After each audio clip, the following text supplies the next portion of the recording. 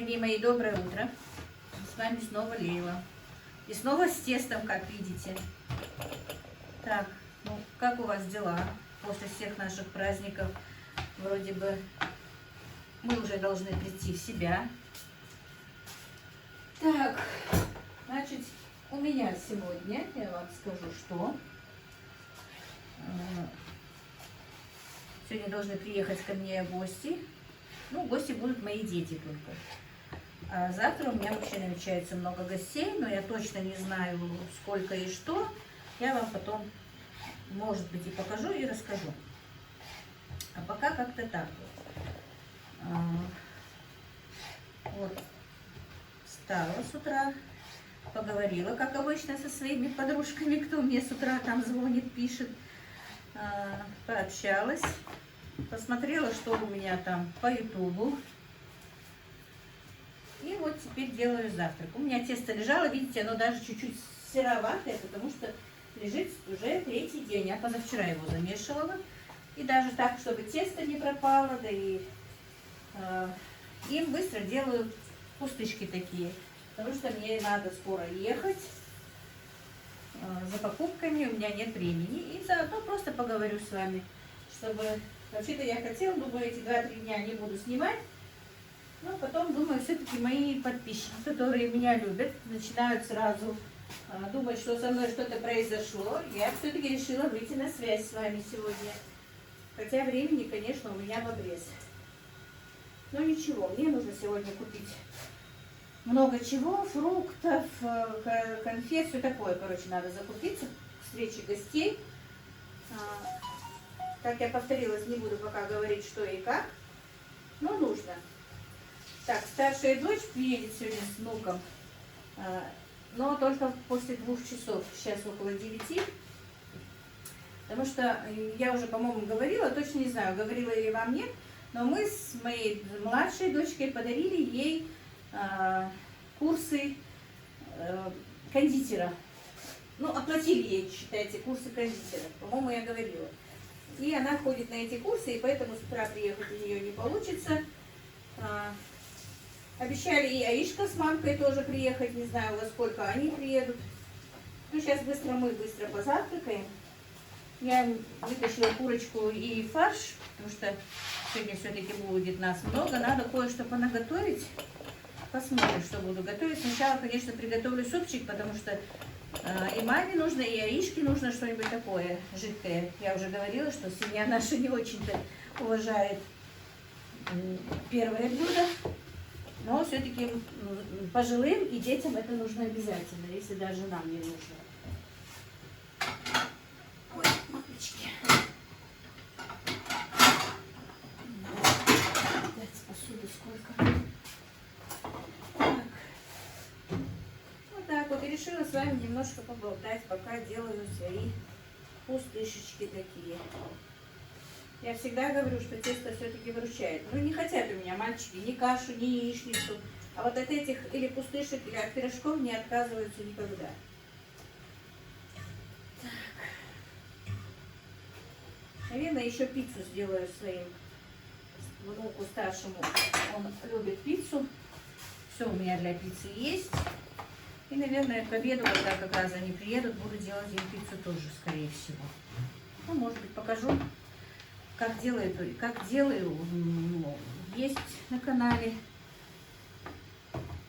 Так, о чем еще я хотела рассказать? Ну, просто поговорив, я ответила ей, конечно, ну и, может быть, всем интересно. Меня вчера моя подписчица спросила, я знаю кто, но я не буду просто говорить, она меня спросила, вот если вы, ну, типа, я говорила, что второй раз можно выйти замуж за пожилого, например, что... Ну, в этом плане. Раньше, да, раньше вот у нас больше браки сохранялись, действительно сохранялись больше, потому что женщины и девочки терпели. Если даже там муж пьет или плохой, или родители мужа могут плохо относиться к ней, но все равно терпели и жили. Потому что, да, вернувшись, они могли выйти замуж только уже за пожилых, потому что молодой ее никто не возьмет. Ну и терпели, и из-за этого терпели, и терпели из-за того, что вот в основном у нас на Кавказе, именно вот у ингушей и у чеченцев в основном все-таки дети остаются с отцом. Если даже, ну, можно отсудить же, конечно, но тем не менее, по нашим обычаям, по нашим адатам, дети все-таки остаются с отцом. И если женщина все-таки забрала своих детей, то выйти замуж с детьми, ну, это просто нереально. Потому что любой себя уважающий мужчина не даст своим детям выйти замуж вместе со своей, ну, вместе с мамой. Он их все равно заберет. Ну, вот из-за этого, поэтому семьи как-то больше, наверное, и сохранялись, конечно, из-за этого, из-за того, что вот они могли таким образом опозорить своих родителей, вернувшись. Много чего, наверное, было тогда. Сейчас, конечно, не так. Девочки сейчас молодые много знают. Во-первых, да, действительно, пойти на работу, самостоятельно себя содержать в те времена, наверное, было, ну, это моя точка зрения, девочки. Я не говорю, что это так, и что утверждаю это так, и что я прям такая умная-заумная. Просто это мое мнение, мне так кажется. Это моя точка зрения. Может быть, и не так. Раньше, например, действительно разведенные женщине, разведенные, по идее, девушки, тем более молодой, не разрешали в основном там ходить на работу, как-то выходить, потому что, ну, по многим причинам. А сейчас все-таки она разведена, не разведена, она может и на работу устроиться. Сейчас в действительности девочки настолько самодостаточные, настолько, хотя мне некоторые писали, что откуда у вас такие дома, вы не образованные, вы то все. Нет, почему у нас настолько молодежь образованная, настолько молодежь продвинутая, что они сейчас могут себя, я имею в виду девочки, ну и мальчики, конечно, образованные, они могут себя обеспечить. Им, по идее, не обязательно замуж выходить, чтобы их обеспечивали. Они могут сейчас делать все, умеют все, работают. И, в принципе, у нас именно в республике намного легче найти работу женщине, чем мужчине. Я даже по своим сыновьям знаю, потому что тем более, если у них нет образования, даже если и есть образование, у них есть образование, но поступить сейчас на работу просто нереально. Ну, нет работ на всех, я имею в виду на мужчин. А женщина по-любому может открыть косметический салон, косметологический салон, она может пойти открыть кондитерскую или просто устроиться в кондитерскую, если даже не открыть сама. Она может пойти в кафе поваром, кем-то. Просто у женщин действительно сейчас намного больше возможностей, чем у мужчин. В плане заработать и себя обеспечить. Ну и, наверное, поэтому сейчас не так-то сильно, если какая-то затрудненность, и вот не понравилось, она может спокойно вернуться. Хотя, конечно, не все. Все равно некоторые держатся за свои места, все равно вот терпят, потому что, ну, ради детей, ради родителей, или, может быть, действительно, ну, хоть у нас и некрасиво это говорить, может быть, любят своих мужей, из-за этого терпят. Есть разные вещи, поэтому как-то вот так вот. Ну, у меня был такой вопрос. Вот вы говорите, что выходят замуж за пожилых, но если, например, у них дети и внуки, то как относятся к ним дети и внуки, вот к женщинам, которые вышли замуж, и должны ли они уважать их, и должны ли, по-моему, такой был вопрос. Ну, я просто даже, если такой вопрос, скажу. Да, вот выходит замуж, например, вышли, когда умерла моя свекровь, мой свекор тоже женился на взрослой, ну, в принципе, сказать, да, на взрослой женщине, но она на 3 года только старше меня. И, конечно, если мы уважаем свекра, мы должны уважать и его жену, по-любому, если она даже нам не свекровь. Да, мы ее уважали, да, мы и сейчас ее уважаем, и у нас отношения с ней, ну, не сказать, что как к свекрови, конечно, но как к близкому человеку. Мы ходим друг к другу в гости, мы ее сюда зовем, мы к ней ходим. У нее еще 2 детей, дочка со сыном, вот, внуки родились уже.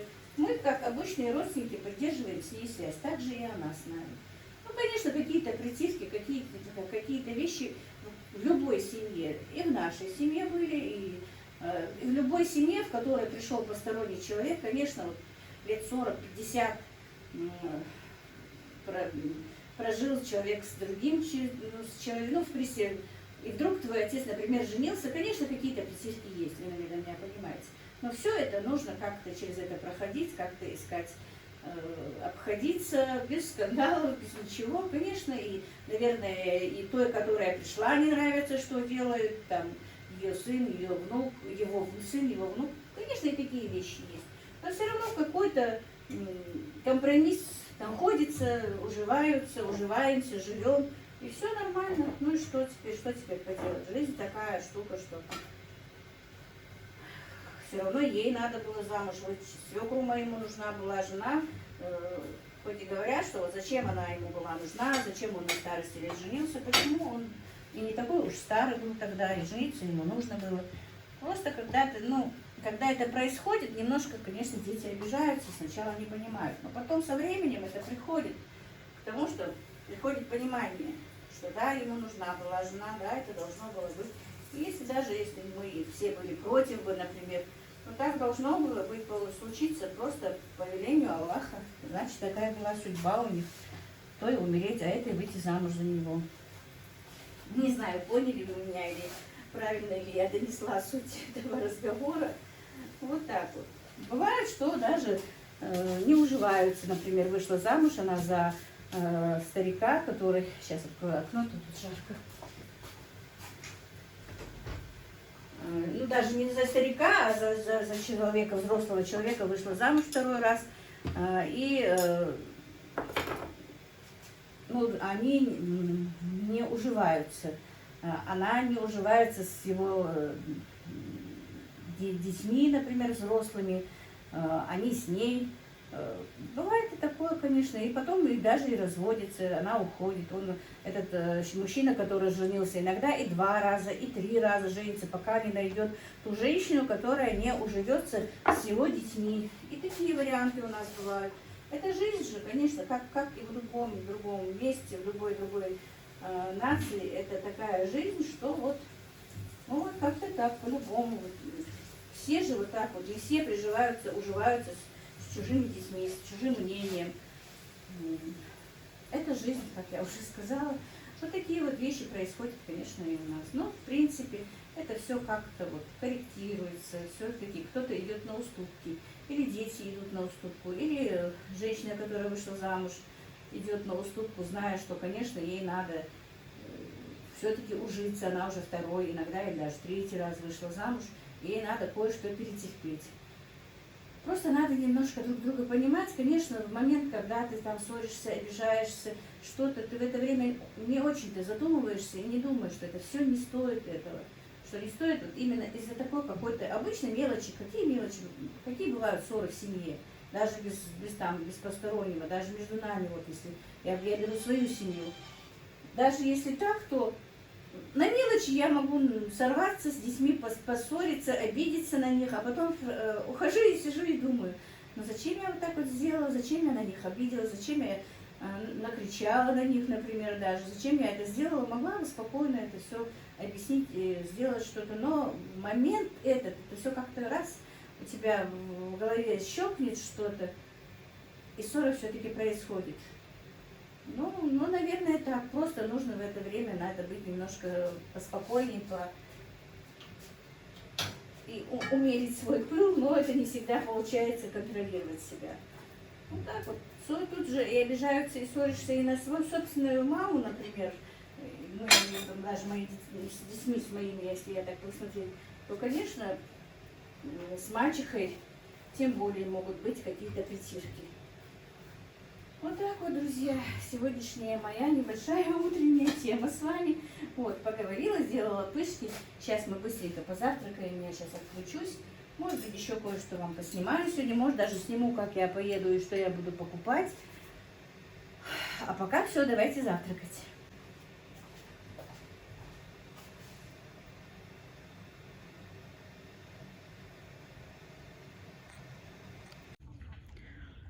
Пришла кормить свое хозяйство. Ну, они уже, видите, у меня накормленные. Это сын рано утром встал и покормил уже. Видите, они даже успели все рассыпать из этой. Это у нас остатки ячменя, который, ну, обычно я им ячмень не даю. Даю сейчас кукурузу и пшеницу. Просто этот ячмень, как он мне объяснил, мы его перемалываем для коровы. Бычки у меня едят вареную пшеницу, а корове мы даем корм, пока она у меня еще доится, еще вот еще несколько дней подаю, наверное, и все-таки ее отпущу, не буду больше в застой, оставлю в запуск ее, отдам ей запуск, короче. Не знаю, объясняться нормально. Ну, короче, я его не буду доить. Не буду умничать. Но обычно говорят, по-моему, что вот когда корову перестают доить, то ее отпускают в запуск. Вот теперь, по-моему, правильно сказала. Значит так, поэтому еще немножечко ее буду доить, чтобы накопить молоко уже получается для Аишки, потому что мама никак не хочет пока ничего молочное есть.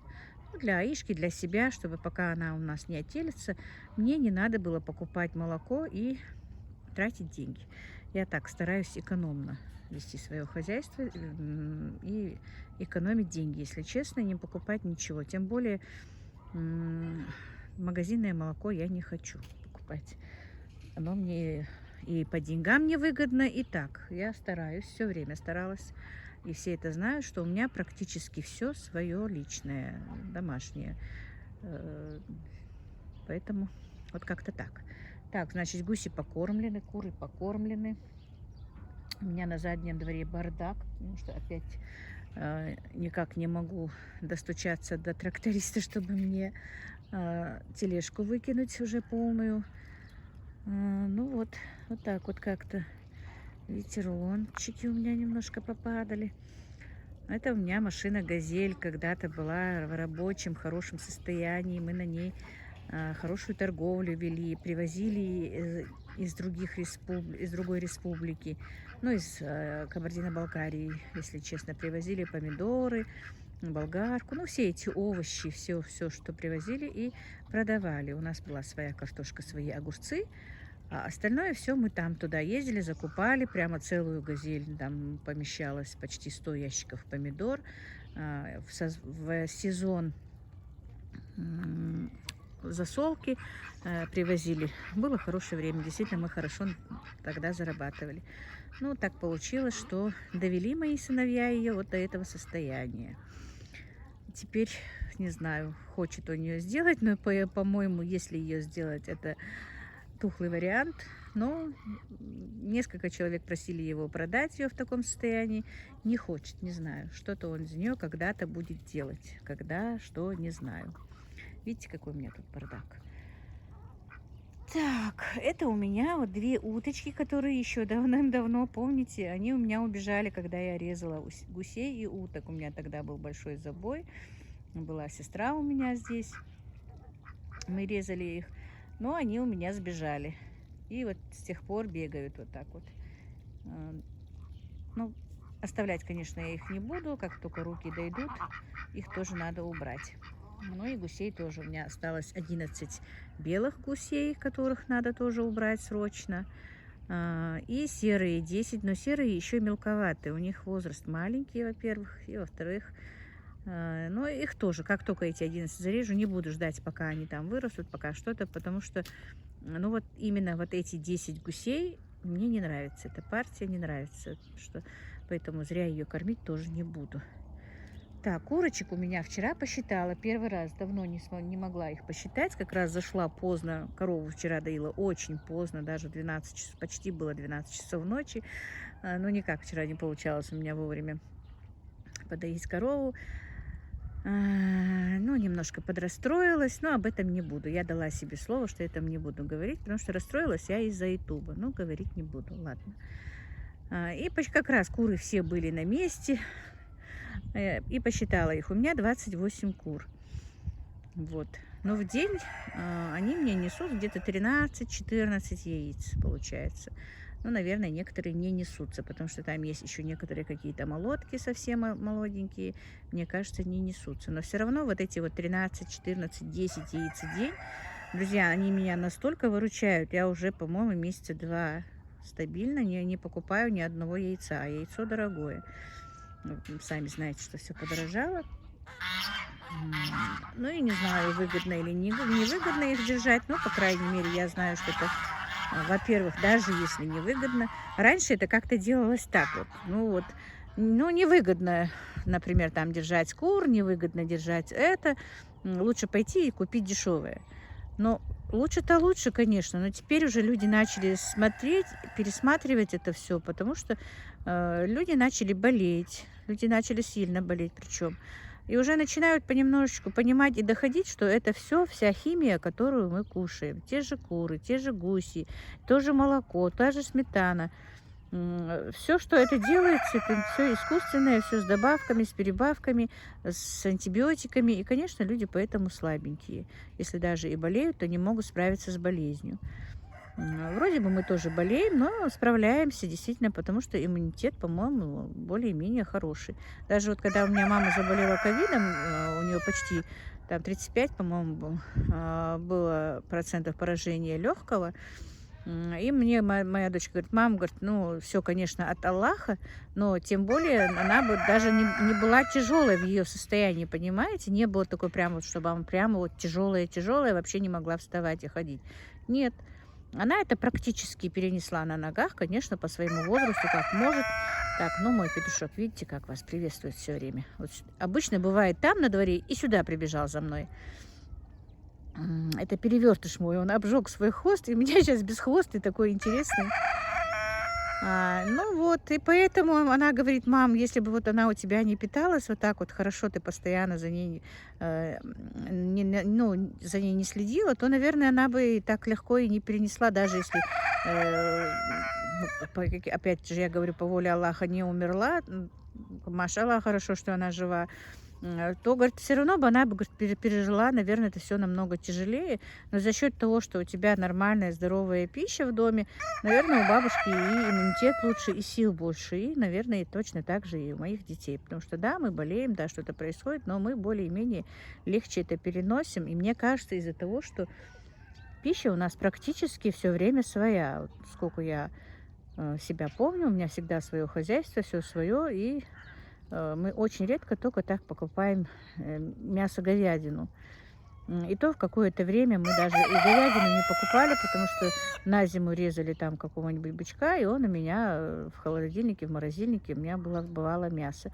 И даже сейчас, вот у меня такая вот задумка в этом году, если мне так мою задумку Аллах осуществит, хочу купить одного бычка попозже, ну как попозже, ну где-то весной. Как только отлучат, например, от молока, вот специально куплю бычка одного и буду его до зимы выращивать, а под зиму зарежу и все, чтобы и мясо тоже у нас было свое. Во-первых, у меня всегда были козы и овцы, уже вот просто 3 года их нет. Мы практически всегда для наших нужд резали барана, козу, и у нас тоже было это мясо. Единственное, я же говорю, когда просто иногда хотелось, мы покупали говядину, и все. Поэтому вот так вот, друзья, сегодня у меня такой вот разговорный влог получится. И приветствие моего петушка, конечно. Сейчас я покажу вам его хвостик.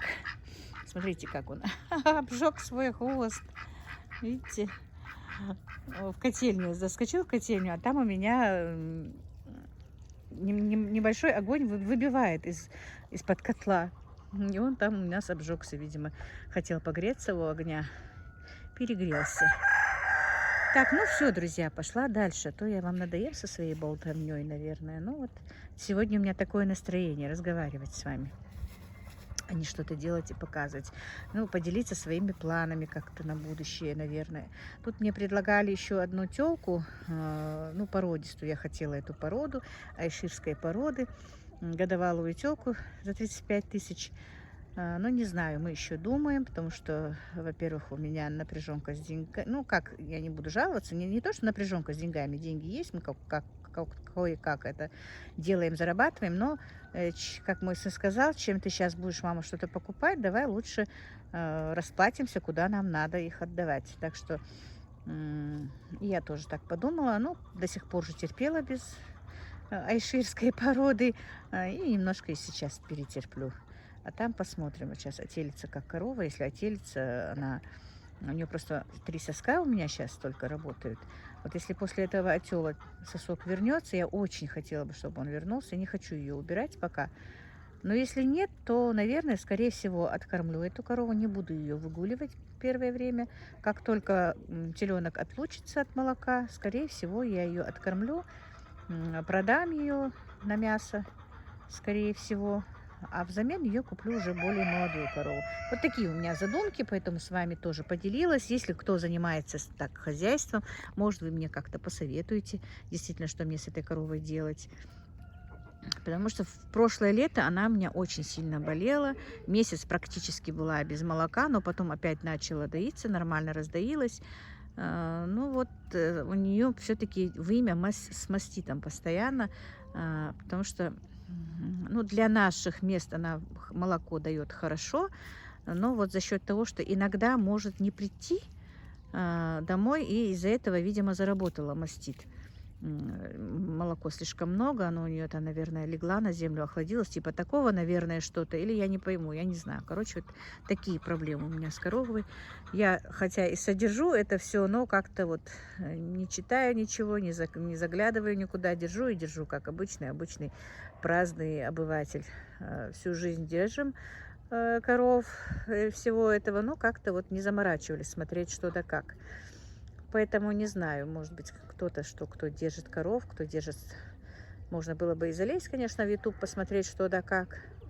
Ну, посмотрим. Ну, а просто так, если у меня есть какие-то подписчики, которые этим занимаются, просто посоветуйте мне, стоит ли мне убрать эту корову и купить другую, или что, или как. Вот, как бы вы сделали на моем месте, поэтому я вот хочу с вами так поделиться и поговорить.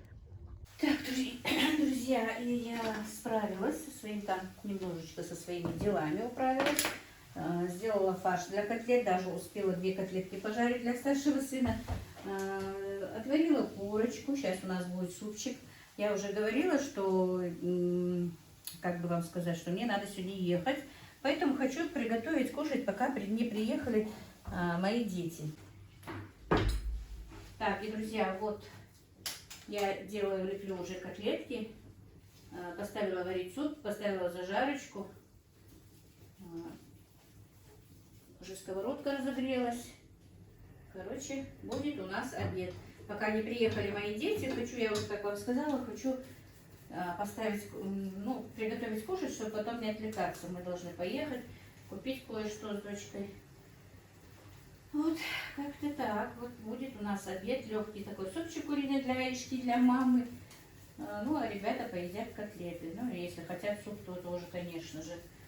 Просто я спешу, поэтому не показала, что и как я туда-сюда добавляю, как делаю. Ну, просто скажу, что на килограмм фарша я добавляю 2 луковицы, средние такие, 2 картошки и 4-5 даже можно кусочка хлеба.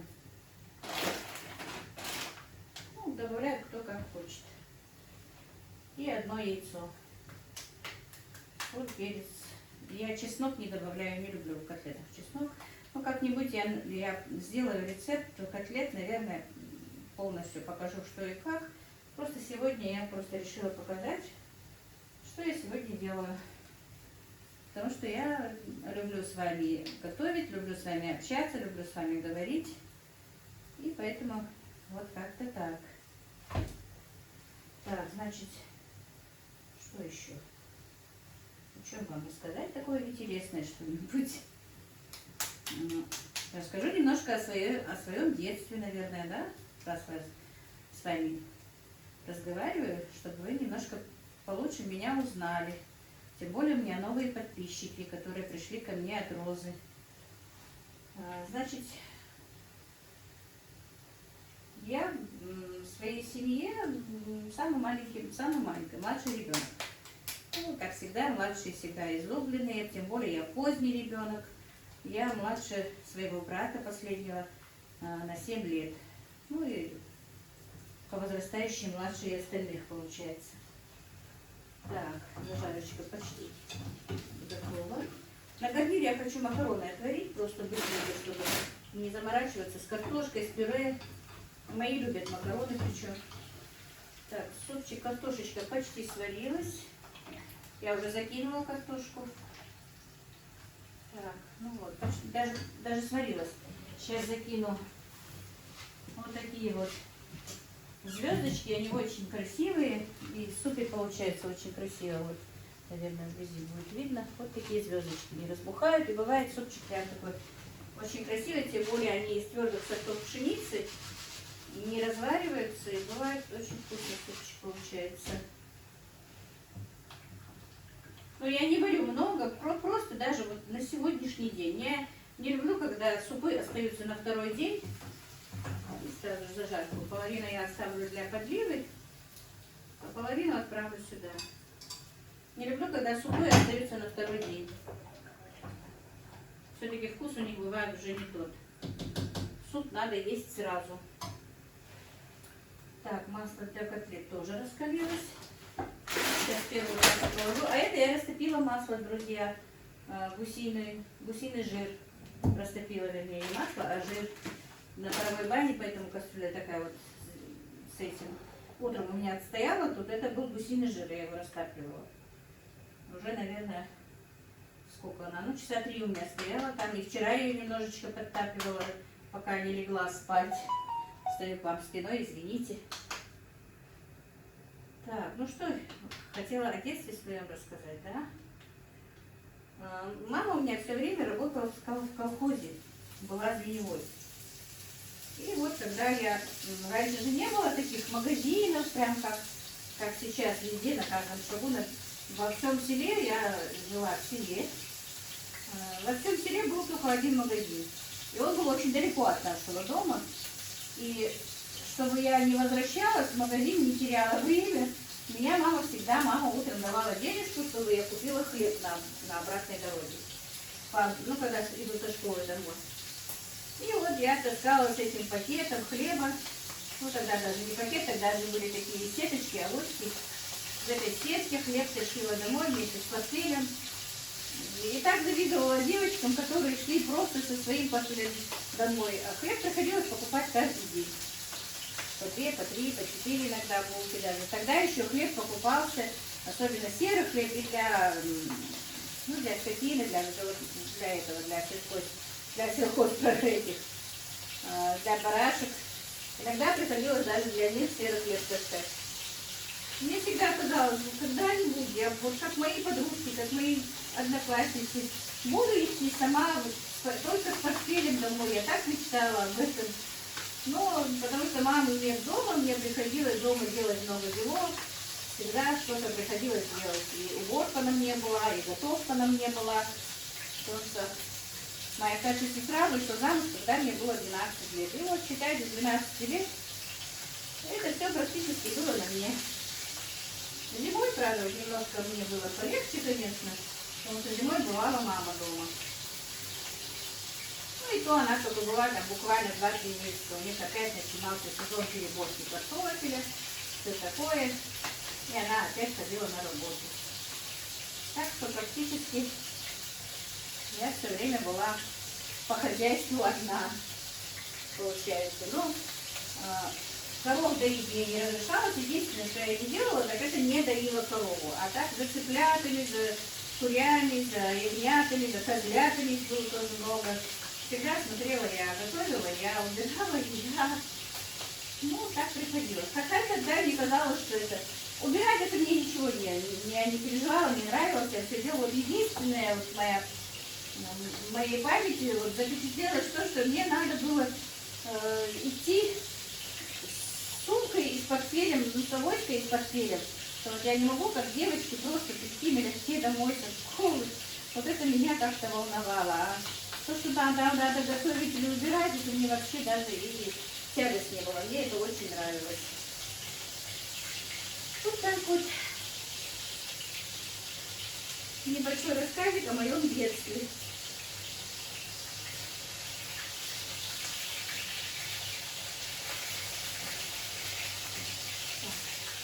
Ну, пока не буду вас больше томить, показала, что я делаю. Так вот, друзья, наш обед. Приглашаю вас на обед. Так, друзья, все-таки гарнир сварен. Подливу сделала, но с тех пор еще не купила томатную пасту. Опять открыла лечо и добавила лечо. Ничего. типа походный у нас будет сегодня обед и ужин, потому что больше, в принципе, наверное, я не успею сегодня больше ничего готовить. Так, одна уже приехала с внуком, старшая, сейчас будем накрывать, есть, а вторая чуть попозже сказала, что приедем, Мадина с Аишкой чуть попозже. Так, значит, супчик я сварила на курином бульончике, получился вкусный, котлетки тоже, вот видите, пожарила. Хочу вам просто показать. Все, сейчас мы будем, где-то через полчаса, наверное, будем обедать. На этом я просто хочу свой влог закончить. Действительно, у меня сегодня очень такой насыщенный день, да и завтра тоже. Может быть, завтра я, может, поснимаю, может, нет, точно не знаю, друзья. Завтра у меня загруженный день. Ну, вот как-то так, друзья. Спасибо вам большое, что вы со мной остаетесь, что пишете мне такие хорошие комментарии. Ну и всех благ вам. Как-то так.